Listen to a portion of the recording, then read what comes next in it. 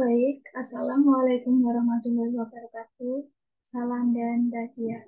Perkenalkan, nama saya Lintang Sukmaninding dengan NIM 2020208236. Di sini saya akan memaparkan materi tentang kendaraan listrik. Untuk memenuhi ujian akhir semester, mata kuliah Disruptive Management dengan dosen pengampu yaitu Bapak Ahyar. Sebelum saya masuk ke analisis SWOT, saya akan menjelaskan apa itu kasus tentang industri otomotif terdisrupsi oleh kendaraan listrik. Industri otomotif di dunia, terutama Indonesia, mengalami perubahan teknologi yang tadinya penggunaan bahan bakar tidak ramah lingkungan menjadi ramah lingkungan, yaitu kendaraan listrik. Di dunia otomotif sendiri, seperti mobil, telah merangkak secara bertahap dari mobil berbahan bakar menjadi mobil listrik. Hal ini telah terjadi secara perlahan-lahan. Ketakutan akan perubahan ini telah terjadi di banyak negara. Beberapa negara yang telah melakukan disrupsi atau perubahan teknologi ini mulai memberlakukan pemberhentian penjualan mobil berbahan bakar dan sudah mulai mengganti dengan penjualan mobil listrik. Seperti contohnya, negara Inggris akan memulai pada tahun 2030. Kemudian negara Amerika akan memulai pada tahun 2035 dan Indonesia sendiri mempunyai rencana untuk memberlakukan mengurangi penjualan mobil berbahan bakar mulai tahun 2040. Indonesia sendiri ingin membuktikan sebagai negara yang menjadi pionir dalam mengembangkan baterai kendaraan listrik. Selanjutnya, saya akan menjelaskan tentang analisis SWOT kekuatan kendaraan listrik. Yang pertama adalah kendaraan listrik akan berdampak baik pada lingkungan. Kendaraan listrik dikadang-kadang oleh pemerintah akan menimbulkan dampak baik pada lingkungan. Karena apa? Karena gas emisi karbon dioksida tidak sebanyak yang dikeluarkan oleh kendaraan berbahan bakar minyak. Kemudian yang kedua adalah suara dari kendaraan listrik tidak bising. Hal ini menyebabkan calon konsumen akan tertarik untuk membeli kendaraan listrik karena menurut mereka kendaraan listrik tidak mengganggu masyarakat sekitar. Ketiga, lebih gesit dengan torsi instan. Dan keempat, membayar pajak akan lebih murah. Kemudian di sini saya akan menganalisis SWOT tentang kelemahan kendaraan listrik. Yang pertama adalah gas yang dikeluarkan kendaraan listrik menyebabkan gas emisi karbon dioksida. Walaupun telah digadang-gadang bahwa kendaraan listrik mempunyai dampak lebih kecil daripada kendaraan berbahan bakar biasa, tetapi sama halnya, ternyata bahan baku yang dikeluarkan oleh kendaraan listrik juga menyebabkan gas emisi karbon dioksida lebih besar lagi karena berbahan baku nikel dan menyebabkan lingkungan di Indonesia rusak. Kedua adalah kesiapan infrastruktur.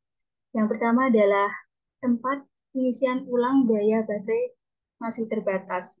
Kemudian penggunaan listrik yang akan meningkat beberapa kali lipat. Ketiga adalah harga unit masih tinggi. Keempat, jarak jangkauan terbatas. Kelima, waktu charging lama. Dan terakhir, harga baterai yang masih sangat mahal untuk masyarakat. Di sini saya akan menganalisis SWOT peluang dari kendaraan listrik. Yang pertama adalah peluang menjadi negara utama penghasil nikel terbesar dan menjadi pemasok baterai kendaraan listrik. Karena di Indonesia sendiri mempunyai tambang nikel terbesar dan itu menjadi salah satu faktor bahwa negara Indonesia bisa menjadi negara utama karena mereka mempunyai bahan baku untuk kendaraan listrik dunia. Selanjutnya adalah analisis SWOT, yaitu ancaman dari kendaraan listrik. Yang pertama adalah harga kendaraan listrik lebih mahal. Hal ini menyebabkan calon pembeli atau calon konsumen tidak tertarik untuk membeli kendaraan listrik. Mereka cenderung akan memilih kendaraan berbahan bakar minyak yang lebih murah dan terjangkau. Kemudian kedua, tidak dibutuhkan lagi tempat untuk memperbaiki atau perawatan produk. Seperti apa? Seperti bengkel dan lain sebagainya. Karena kendaraan listrik sendiri memberikan kemudahan dengan menyediakan asuransi yang jangka waktunya lama. Nah, ini akan menggeser bengkel-bengkel perawatan yang ada di sekitar. Nah, itu akan menyebabkan pengangguran lebih banyak. Seperti itu. Nah, solusi apa yang bisa dilakukan oleh pemerintah? Yang pertama, menurut saya, pemerintah harus lebih memperhatikan tentang faktor lingkungan yang rusak karena emisi karbon dioksida. Walaupun mereka menggadang-gadang bahwa kendaraan listrik akan lebih kecil pengeluaran emisi karbon dioksidanya, tetapi pemerintah juga harus memikirkan bahwa bahan baku yang diperlukan itu juga banyak dan menyebabkan kerusakan lingkungan. Nah, ini perlu dipertimbangkan kembali oleh pemerintah bagaimana caranya untuk meminimalisir dampak kerusakan lingkungan. Kedua adalah pemerintah harus mampu mempersiapkan segala infrastruktur yang dibutuhkan oleh kendaraan listrik. Contohnya apa? Yaitu stasiun pengisian daya baterai. Karena di Indonesia sendiri belum ada tempat pengisian daya ulang baterai untuk kendaraan listrik. Hal ini sangat dibutuhkan oleh masyarakat sekitar agar menunjang kendaraan listrik untuk masuk ke negara Indonesia. Kemudian apa hubungannya kendaraan listrik dengan lingkungan di sekitar saya? Saya memikirkan bahwa harga yang dijualkan tinggi kendaraan listrik.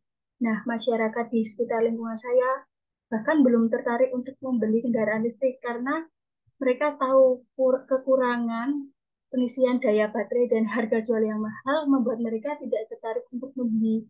Mereka condong untuk membeli kendaraan berbahan bakar minyak biasa yang harganya terjangkau, murah, dan praktis. Seperti itu menurut saya.